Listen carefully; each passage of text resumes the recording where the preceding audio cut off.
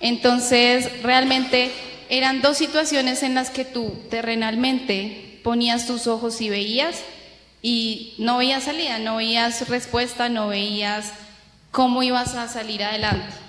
Pero tenías dos opciones: o desistir o persistir en fe, seguir adelante en fe. Y pues en ambas yo persistí, y eso fue lo que hice. Aquí quiero que me acompañen a Mateo 6:33, que es un pasaje que es muy conocido, pero en esos dos momentos de mi vida fue donde yo pude entender y donde se hizo real este pasaje en mi vida. Mateo 6:33 dice: mas buscad primeramente el reino de Dios y su justicia, y todas estas cosas os serán añadidas. Bueno, en el contexto del pasaje está hablando sobre el afán y la ansiedad, que nos preocupamos por nuestras muchas necesidades que tenemos, como el vestir, el comer, y pues nos están hablando y nos están dirigiendo como principal mandato, consejo, de que lo que nosotros debemos buscar es el reino de Dios y su justicia, y que así todo eso que necesitamos será añadido para nosotros. Siempre llevo, ciertos años en el cristianismo, pero siempre mi prioridad ha sido Dios, ha sido servirlo, ha sido asistir a la iglesia, predicar de su evangelio, hablarle a las personas. Entonces siempre he tenido por delante el reino de Dios. Y así es como tú vas a tener todas estas cosas añadidas en tu vida. La primera parte del versículo dice: mas buscad primeramente. Aquí se refiere en cuanto a tiempo, lugar, orden e importancia. Nosotros tenemos que entender que para que Dios nos dé una bendición, nosotros debemos cumplir primero una condición. Dios no nos va a dar nada sin que nosotros hagamos algo. Entonces es necesaria cumplir esa condición. Él siempre, cuando hace promesas por medio de su palabra, siempre que encontremos una promesa en la Biblia, va a tener una condición que tenemos que cumplir antes. En este caso, esa es la condición. Para que Él nos dé esto, debemos buscar primero su reino. Viendo esa condición, tenemos que cumplir con las prioridades, tenemos que organizar nuestras prioridades. Entonces, aquí es donde vemos y donde empezamos a poner a Dios, a Jesús, como el Señor de nuestro corazón. No podemos tener nada por encima de Él, y ahí es donde le damos la prioridad a Él. No podemos tener ninguna reunión familiar por encima de ir el domingo a la iglesia, no podemos tener ninguna otra persona, si sea tu esposo, fiel, por encima del Señor, que en realidad es nuestro primer amado, es nuestro primer Señor, nuestro primer prometido, y que algún día nos casaremos con Él. No podemos tenerlo por encima de tu pareja, de tus padres, de tus hijos. A pesar de que la familia y de pronto los hermanos de la iglesia son personas que uno ama mucho, no podemos ponerlos nunca por encima de Dios. Y aquí es donde nosotros empezamos a demostrarle a Él qué lugar tiene en nuestras vidas. Una parte muy importante de esto es nuestra relación íntima con Dios. Para nosotros poder demostrar que realmente Él es el primer lugar, tenemos que como persistir en la relación con Dios. Recuerden que esto es algo de todos los días, esto es algo de cada día, de permanecer, de esforzarse, porque no es fácil de pronto levantarse en la mañana, intentar orar con tantas cosas que tenemos en el trabajo, con tantas cosas que tenemos como terrenales y como que nos envuelven, que nos enredan en el mundo. Entonces, aquí tenemos muchos afanes, en la tierra tenemos muchas preocupaciones, y todo esto nos va separando y nos va haciendo como una brecha entre la relación, entre Dios y nosotros, en nuestra relación. Entonces, lo más importante para tener a Dios como nuestra prioridad y como nuestro Señor es mantener esa relación íntima con Él. Que a pesar de que algún momento nosotros le fallemos, en que cometamos algún error, tomemos alguna mala decisión, porque Él siempre va a tener los brazos abiertos ante un corazón arrepentido, ante un corazón que está contrito y humillado ante su presencia. Entonces, debemos hacer que esta relación sea la más fuerte de todas las relaciones. ¿Y cómo hacemos esto? Ya sabemos, por medio de la oración, adoración y palabra. No podemos desligar ninguna de las tres cosas. Necesitamos tanto el Espíritu como la palabra viva, que es la Biblia, y como también la adoración. Entonces, eso es algo que debemos hacer en nuestra intimidad cada día, pero también que demostramos el domingo en la iglesia. Por eso es muy importante asistir a la iglesia sin faltar.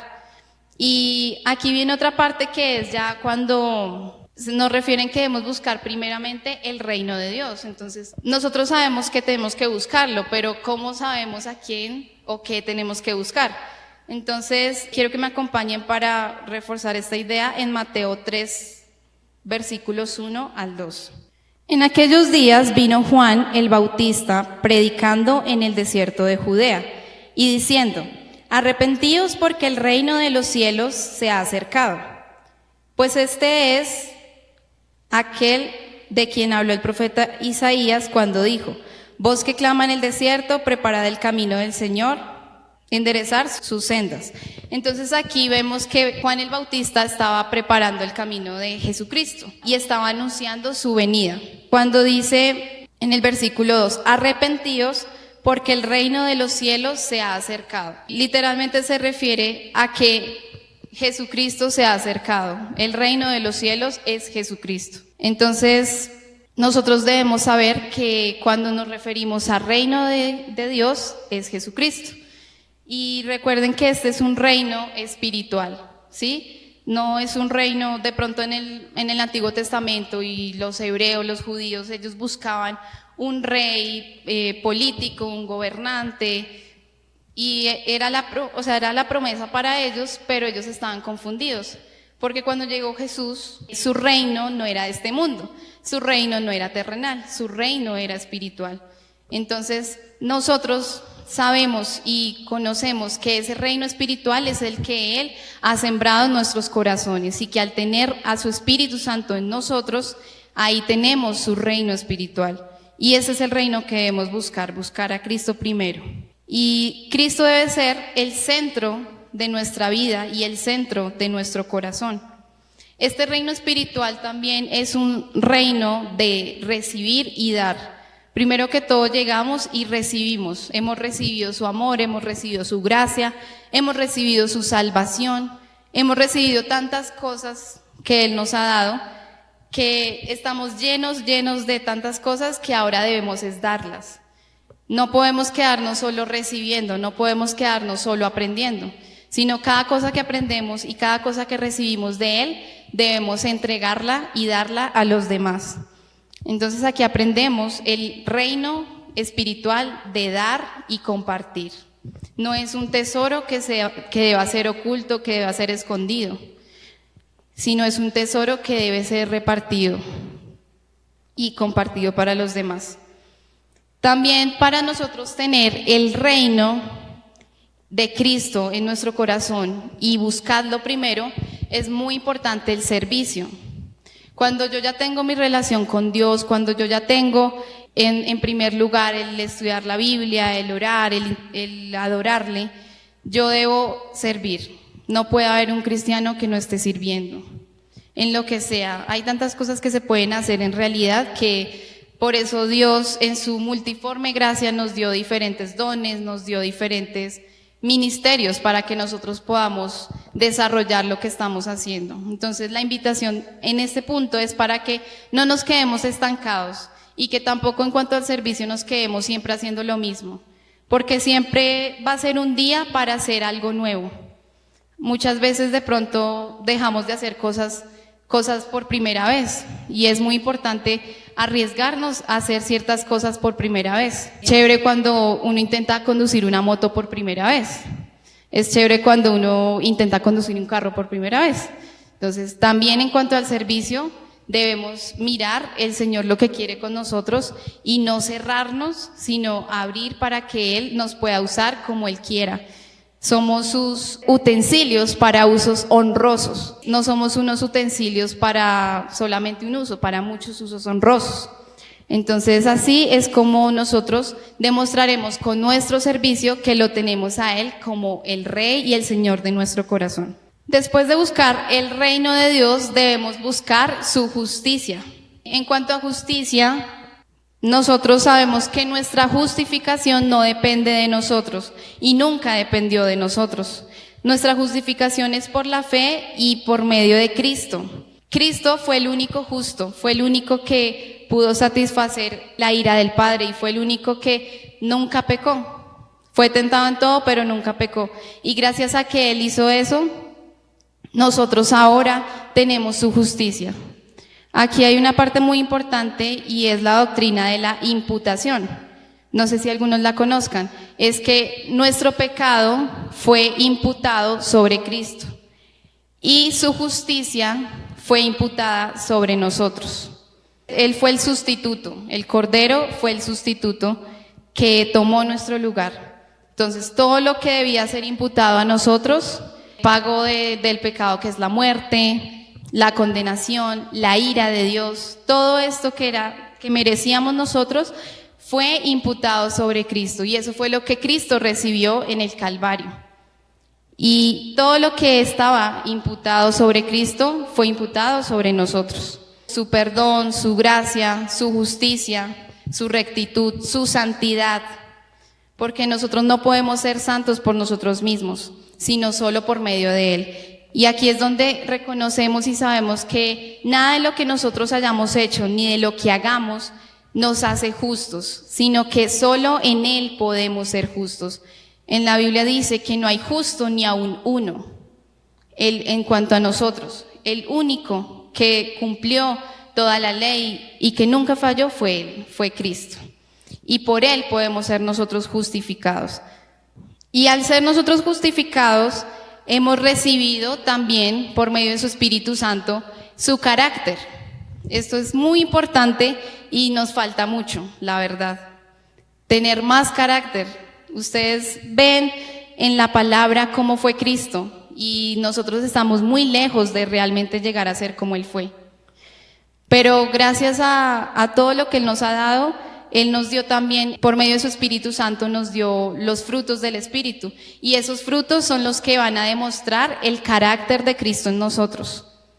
El carácter de Cristo se demuestra en el amor, en el gozo que tengamos a pesar de las pruebas, en la paciencia, en la benignidad, en todo lo que tengamos delante, en todos esos frutos del Espíritu que tengamos delante de nuestros vecinos, de nuestra familia, de nuestro prójimo y hasta, sobre todo, de nuestros enemigos.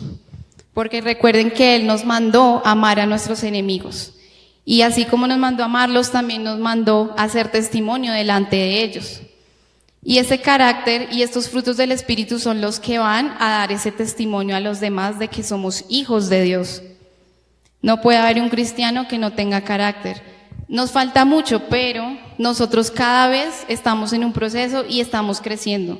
Lo importante es que cada vez crezcamos más y que cada vez muramos más, porque a pesar de que somos muy débiles y que fallamos y que nos equivocamos y que no siempre lo que decimos y pensamos está bien, Él nos ayuda en nuestra debilidad y Él por medio de su Espíritu nos forma ese carácter. Recuerden que también por medio de las pruebas y por medio de las aflicciones Él forma ese carácter. Por medio de muchas personas también Él forma ese carácter. A veces hay personas que uno no le entran muy bien, no le caen muy bien, pero son personas útiles y que realmente Dios las envió para formar tu carácter y mi carácter. Y así es como vamos a demostrar ese testimonio y que somos como Él y que seremos como Él. Algún día Él nos perfeccionará, algún día nos glorificará, pero por ahora estamos en un proceso y es necesario su ayuda. Y es necesario que en Él encontremos nuestra justificación y nuestro carácter. Ahora quiero que me acompañen a 2 Corintios 5:21. Esto es para reforzar la idea de la justificación. Dice que al que no conoció pecado, por nosotros lo hizo pecado, para que nosotros fuésemos hechos justicia de Dios en Él. Gracias a que Él no conoció pecado, nosotros ahora somos justicia de Dios en Él, pero solo en Él.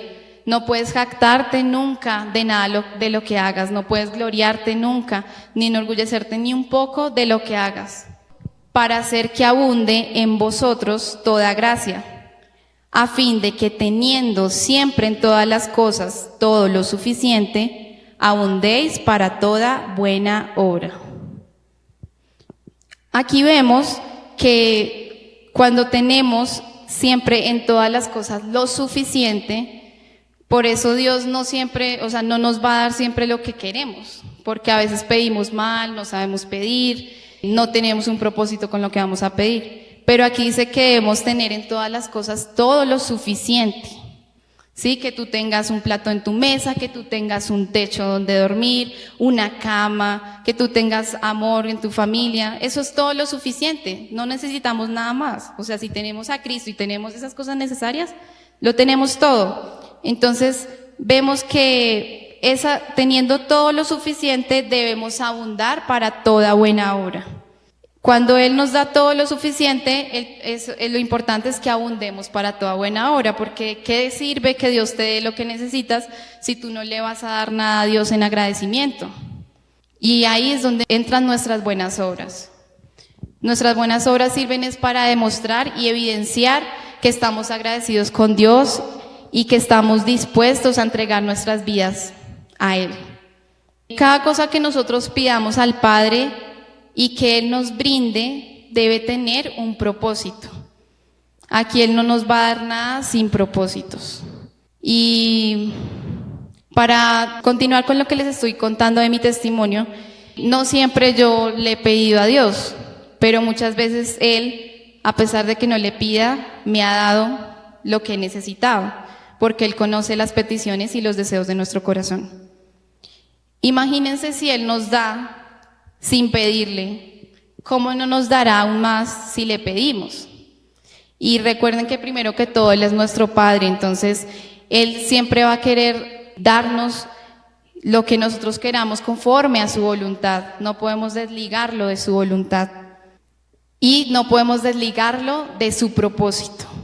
Entonces, si nosotros tenemos claro cuál es el propósito de Dios en nuestras vidas, tenemos que caminar, pedir, dar, todo hacerlo conforme a ese propósito. No podemos pedir cosas sin sentido y sin ningún propósito o con propósitos terrenales, porque Dios va a saber y va a conocer nuestro corazón y nuestra intención.